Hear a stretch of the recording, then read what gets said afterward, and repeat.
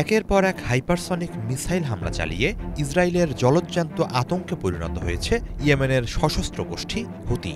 এরই মাঝে বিস্ফোরক এক ঘোষণা দিয়েছে এই বাহিনী।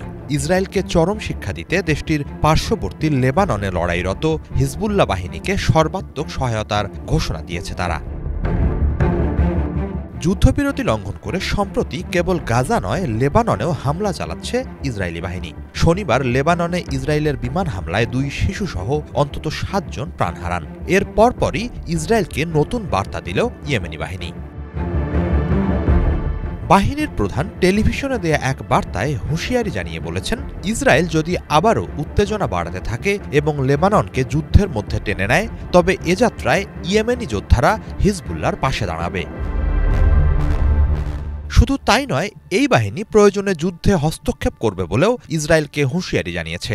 এ ব্যাপারে সব ধরনের প্রস্তুতি নেওয়া আছে বলে জানানো হয়। কোনো মতেই গাজা বা লেবাননে ইসরায়েলি নৃশংসতা চলতে দেয়া যায় না। ইসরায়েলিদের এই আচরণকে নির্মম ও অন্যায্য বলে তীব্র নিন্দা জানিয়েছেন ইয়েমেনি প্রতিরোধ গোষ্ঠীর প্রধান।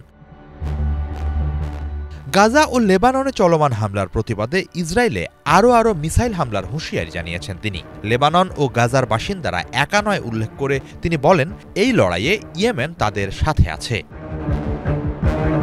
হিজবুল্লাহ বলছে, লেবাননকে নতুন করে যুদ্ধে জড়ানোর ক্ষেত্র তৈরি করতেই নানা অজুহাত তুলে উস্কানিমূলক হামলা চালাচ্ছে ইসরায়েলি বাহিনী।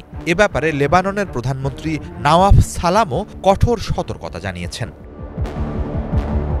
এদিকে ইয়েমেনি গোষ্ঠীর প্রধানের নতুন ঘোষণা বিশ্লেষণ করে অনেক বিশ্লেষক বলছেন, যুদ্ধে হস্তক্ষেপ করা বলতে সম্ভবত লেবাননে নিজ বাহিনীর সদস্যদের পাঠানোর ইঙ্গিত দিয়েছেন তিনি। হিজবুল্লাহর পক্ষে তারা সরাসরি যুদ্ধে অংশ নেবে এবং নিজেদের অর্জিত সামরিক সক্ষমতা দিয়ে ইসরায়েলে জোরালো হামলা চালাবে।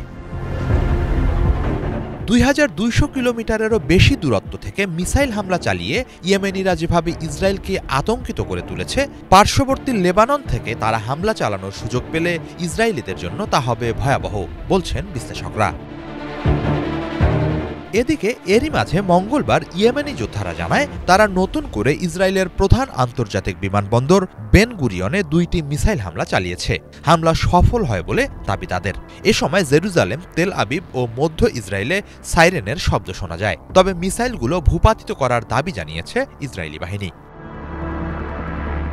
অন্যদিকে রেড সিতে মার্কিন বিমানবাহী রণতরীতেও নতুন করে ড্রোন ও মিসাইল হামলার কথা জানিয়েছে ইয়েমেনিরা। সেগুলো লক্ষ্যবস্তুতে আঘাত হানে বলে দাবি তাদের, যদিও মার্কিন বাহিনীর দিক থেকে এই দাবি প্রত্যাখ্যান করা হয়েছে।